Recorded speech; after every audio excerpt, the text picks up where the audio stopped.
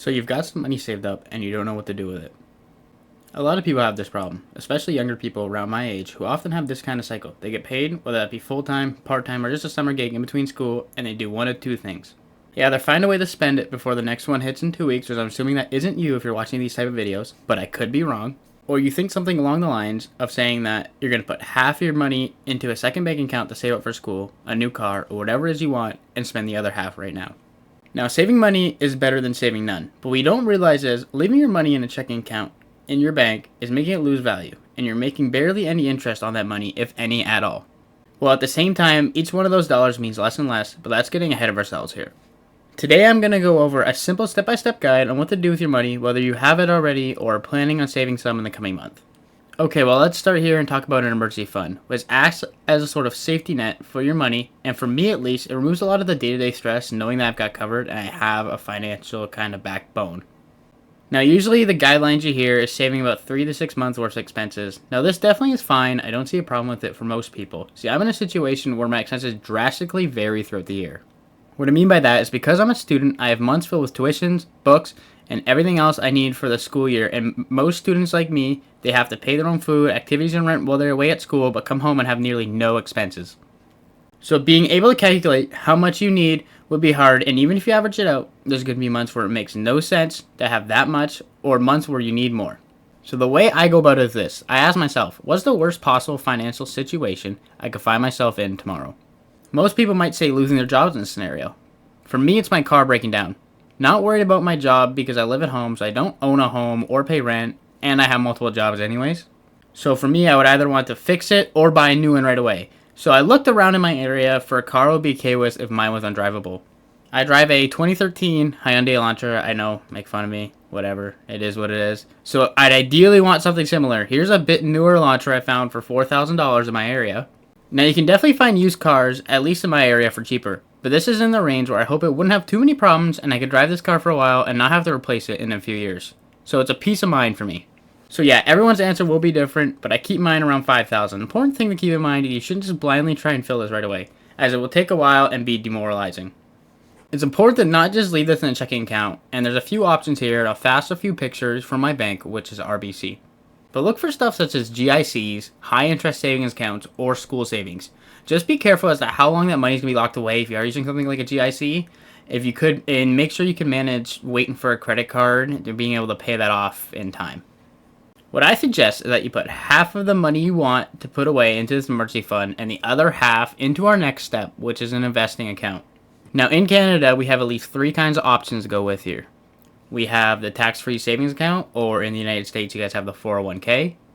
The RRSP, the Registered Retirement Savings Plan, or Roth IRA in the United States. And the First Home Savings Account, which doesn't really have an American equivalent, but I find it as kind of like the hybrid of the last two.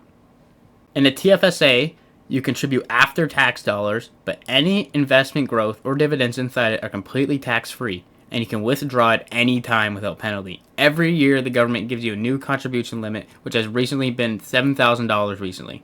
And unused room from the year before carries forward. You can use a TFSA for anything, short-term or long-term goals, since it's so flexible and it's what I personally invest in first. Which is why I recommend to always start your year off here. I'm going to take a deeper dive into each one of these accounts in a separate video, but basically you can use it whenever and wherever, and it doesn't appear on your income tax. This can stay with you for retirement or be used to buy a house or any other big purchase you think of making in the future. An RRSP is mainly for retirement. Contributions to an RRSP are tax deductible, meaning you lower your taxable income now. So let's say I make $50,000 this year and I put $5,000 into it. When I claim my income tax, I'm only paying taxes on $45,000. Whereas with the TFSA, you still pay taxes on that money going in. These investments go tax deferred inside the RRSP, which meaning is when you are growing, you don't pay the taxes until it actually gets pulled out for it during retirement, and that's when you get taxed on the money, not during the time where it's being made and is growing.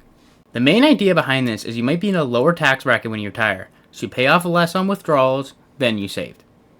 Now this for me has been the least amount contributed of the 3, as I don't really need tax write-off yet, as at least for the next couple of years, I'll still be in the lowest possible tax bracket or just above it. I'm using my first home contributions to lower myself into the lower tax brackets. The bottom line is sick of a TFSA and RRSP as special tax advantage baskets and use them pretty well, pretty wisely as well. The TFSA is your flexible go anywhere account and RRSP is retirement focused only. Lastly, a first home savings account is what it sounds like. For your first home, these earnings are going to be tax deductible. But if you spend this money on a house, you don't get taxed on any of it. It has a similar yearly contribution limit of $8,000 yearly and maxes out at $40,000. I try to add to this as soon as my TFSA is full and usually get some tax write-offs. Now that we decided what account to put your money in, we need to learn what to actually do with that money. Here are some beginner-friendly ETFs to invest in, with VU being the one where I personally have the most money in. ETFs are basically a pile of stocks, so it's more accurate how the economy is working compared to just buying one company. It's very passive and very low risk. VU, for example, tracks the 500 biggest companies in the United States and has always returned positive value, adjusting for inflation over any sort of 10-year period. Meaning if you keep your money in it for a decade, especially right now, you're guaranteed to have your dollar mean more. Remember, you don't need a huge lump sum. You can begin with $10 if you want to. Invest any amount to start. Even if the stock price is $400, you can buy fractional stocks, so invest anytime you can. It's important to not pay too much attention to day-to-day movement and to always be adding to it if it's up or down, as over time the returns are going to outweigh what it will actually wait maybe months or years for the price to fall. You've already done great if you're saving already. Now keep that momentum up. Start investing, stay small, stay informed, and you'll build something huge over time. Alright guys, that's the video. Thanks for watching. Subscribe if you enjoy, and I'll catch you later.